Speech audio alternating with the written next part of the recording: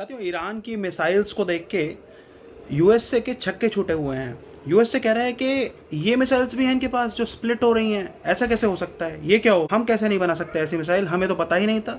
एक मिसाइल आ रही है, स्प्लिट हो रही है, उसमें 100 किलो के 4 वॉरहेड्स उसमें से निकल रहे हैं। इन लोगों को ये नहीं पता था कि ईरान जो है, they are the kings and queens of mathematics and algebra.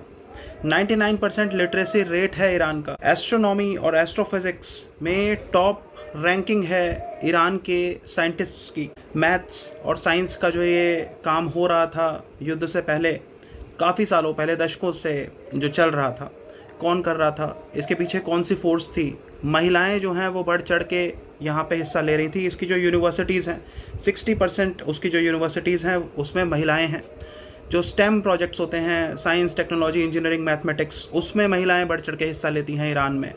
यह है असली ईरान है। यहाँ पे शह और मात का खेल चल रहा है। तो स्ट्रेटेजिक गेम्स की अगर हम बात करें तो Iran is the inventor of chess. Polo की बात करते हैं, which is the sport of the kings, वो ईरान की इन्वेंशन है, ईरान से ओरिजिनेट हुआ है। ईरान को इन्होंने समझा था कि ये कोई लो क्लास मिडिल ईस्ट कंट्री है, लेकिन यहाँ पे धोखा खा गए, गलत पंगा ले लिया डोनाल्ड ट्रंप ने इसराइल के साथ मिलकर। यूएसए जो है, वास्तविकता ये है कि वो ऐसा देश है जो अपने नागरिकों को मूर्ख बनाए रख के उन पे रूल करता है।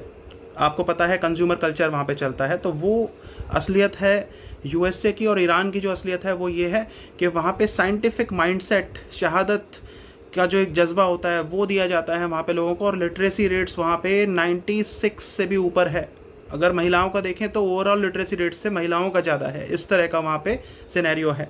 फुट्स ऑन ग्राउंड की जो बात कर रहा है यूएसए के, वही एक रास्ता बचा है अब उनके पास इस जंग को जीतने का, स्ट्रेट ऑफ हॉर्मुज को खोलने का।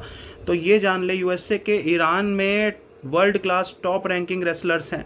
अगर ओलंपिक्स में रेसलिंग में जो गोल्ड मेडल जीतते हैं तो वो ईरान के लोग होते हैं। टाइक्वांडो चैंपियंस ईरान से निकल के आते हैं।